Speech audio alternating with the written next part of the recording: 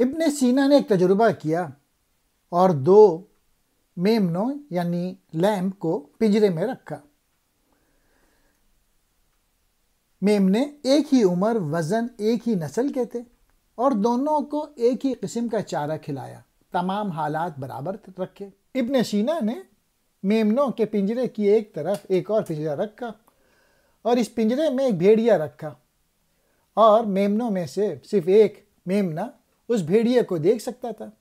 کئی مہینوں بعد میمنا جو بھیڑیے کو دیکھتا ہے مر جاتا ہے، کیونکہ وہ بے چین، خوفزدہ اور کمزور ہوتا ہے۔ اگرچہ بھیڑیے نے میمنے کو کچھ نہیں کیا، لیکن میمنا اس خوف اور دباؤ کی وجہ سے مر گیا جو اس نے محسوس کیا۔ جبکہ دوسرا میمنا جو بھیڑیا نہیں دیکھ سکتا تھا، اچھی طرح سے کھاتا تھا اور اس کا وزن بھی بڑھ گیا، کیونکہ وہ کافی پرامن رہا۔ اس تجربے میں ابن سینا نے صحت اور جسم پر ذہنی اثرات کے مثبت اور منفی اثرات کا مشاہدہ کیا۔ غیر ضروری خوف، فکر، اضطراب اور تناؤ انسانی جسم کو نقصان پہنچاتے ہیں۔ اگر آپ کو زندگی کی مشکلات کا سامنا کر کے آگے بڑھنا ہے تو اپنی راہ میں آنے والے ہر خوف کو نظر انداز کرنا سیکھیں، پھر ہی آپ کامیابی کی سیڑھیوں پر چڑھ سکیں گے۔